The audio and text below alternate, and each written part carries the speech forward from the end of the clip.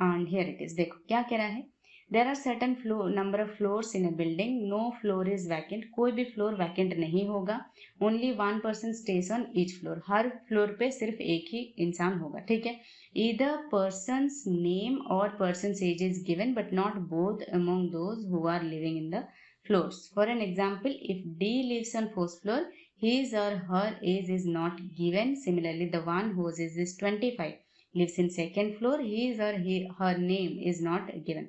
मतलब कोई फ्लोर में अगर A है या फिर D है, यहाँ पे D गिवन है, D है तो उसका एज गिवन नहीं होगा, एज यहाँ पे गिवन नहीं होगा। सिमिलरली किसी का एज अगर 25 है, सेकेंड फ्लोर पे है, सेकेंड फ्लोर यहाँ पे सेकेंड फ्लोर पे है, तो उसका नाम गिवन नहीं होगा, ए इस तरह से नहीं होगा, यानी आपका 25 डी 35 इस तरह से होगा, ठीक है, या फिर सी इस तरह से होगा, ना कि ऐसा नहीं कि 35 सी, ऐसा अगर आपका पजल बन रहा है तो आपका गलत होगा, ठीक है। इस इतना आपको याद रखना है, ठीक है।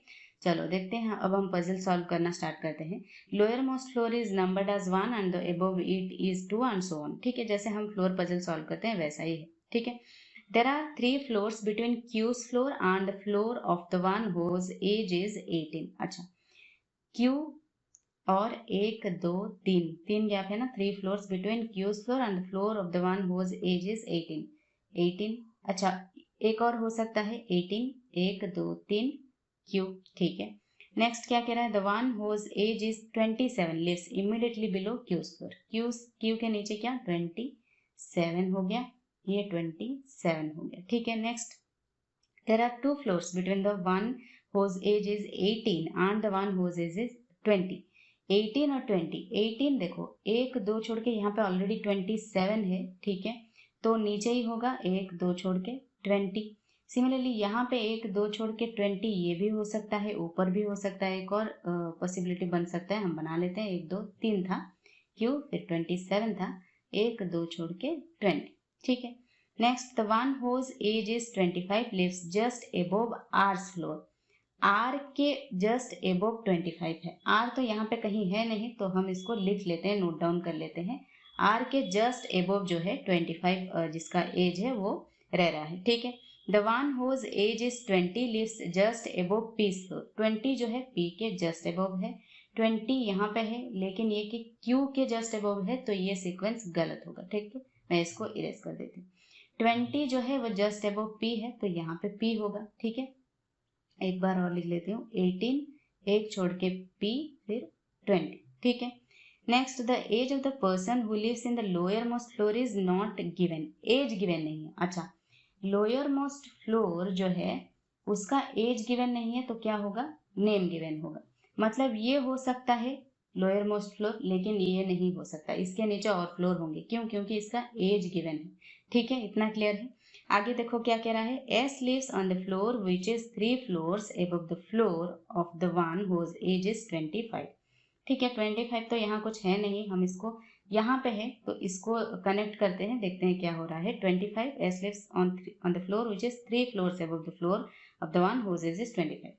25 1 2 छोड़ के एस, 1 2 छोड़ना है, ये चीज आपको मैंने हमेशा समझाया है, 3 फ्लोर्स एबोव या 5 फ्लोर्स एबोव अगर गिवन है तो 4 गैप आपको छोड़ना है। सिमिलरली 3 फ्लोर्स एबोव आपको गिवन है तो 2 गैप आपको छोड़ना है, जैसे मैंने आप यहाँ पे दिखाया 25 1 2 छोड़ के एस, ठीक है। इतना अगर आपका क्लियर नहीं है तो आपका पजल गलत हो सकता है, ठीक है। इस चीज को ध्यान रखना, 3 floors above the floor given है या 3 फ्लोर्स बिलो गिवन है तो 2 गैप आपको छोड़ना है, ठीक है।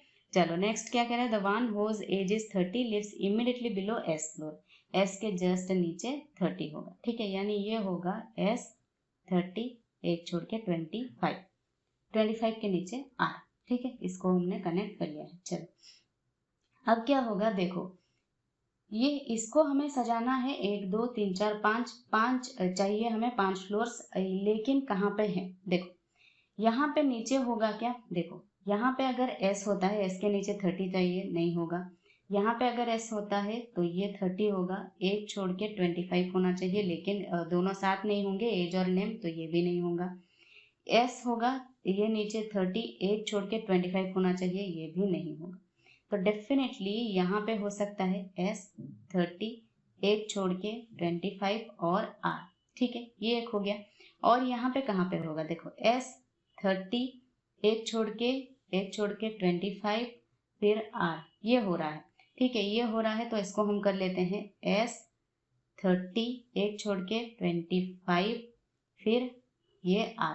ठीक है, देखो ये आपका करेक्ट सीक्वेंस होगा, ये गलत होगा। क्यों? क्योंकि देखो वो कह रहा था पहले ही, मैं कलर चेंज कर रही हूँ, only 1% stage on each floor, इधर there are certain floors, no floor is vacant. यहाँ पे ऑलरेडी मेंशन कर रखा है कि कोई भी फ्लोर वैकेंट नहीं है। अगर हम इस तरह से अरेंज करते हैं इस चीज को, तो यहाँ पे ये 3 फ्लोर्स और ये एक फ्लोर वैकेंट रह रहा है, जो कि नहीं कह रहा, जो कि इसने यहाँ पे डायरेक्टली मना किया है, तो ये सीक्वेंस हो जाएगा गलत। ठीक है, लोअर मोस्ट फ्लोर नेम है, यहाँ पे ऑलरेडी नेम है। ठीक है, तो ये हो गया हमारा ये हो गया हमारा पूरा का पूरा पजल सॉल्व। इसको मैं अच्छे से अरेंज कर लेती हूँ। Q27S, ठीक है, 30, 18, 25, R20 और B। अच्छा, अनसर्टन फ्लोर हो या रो हो, एक अच्छी क्वेश्चन आपका जरूर होता है, क्या कितने, हाउ मेनी पर्सन्स, है ना, हाउ मेनी पर्सन्स होता है। जो अनसर्टन रो होता है उसमें आपको पूछता है हाउ मेनी पर्सन्स, ये वाला क्वेश्चन डेफिनेटली एक होता है। तो ये फ्लोर है तो हम गिन लेते हैं कितने फ्लोर से, 1 2 3 4 5 6 7 8 एंड 9 फ्लोर्स है। सो दैट हम ये चीज आप पहले ही कर लेना, सो दैट आप एग्जाम में इसको डायरेक्टली आंसर कर सको, ताकि आपको बाद में गिनना ना पड़े। ठीक है, चलो देखते हैं क्वेश्चंस क्या गिवन है। whose age is 30 lives on which floor, colour change कर लेती हूँ, lives on 30, lives on which floor। 30 जो है ये 9 फ्लोर है ना, 9 8 7 6 5 4 3 2 1। 30 जो है वो 6 फ्लोर पे है।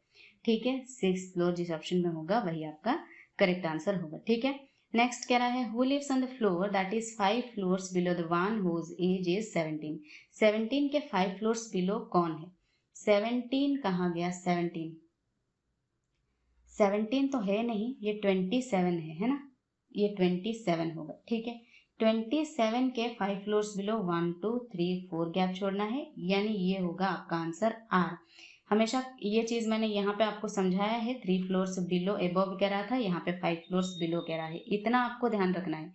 ये अगर आप नहीं समझते हो तो आपका पजल पूरा का पूरा गलत हो सकता है। ठीक है, देखो who lives on the floor that is 5 floors below the one, 27 के नीचे 1 2 3 4 गैप छोड़ना है, क्योंकि 5 फ्लोर्स बिलो कह रहा था, यहाँ पे 3 फ्लोर्स एबव कह रहा था, तो हमने 2 गैप छोड़ा था। ठीक है, तो आर इसका करेक्ट आंसर होगा। ठीक है, next, total how many floors are there. देखा मैंने ये कहा था ना कि ये क्वेश्चन जरूर होगा।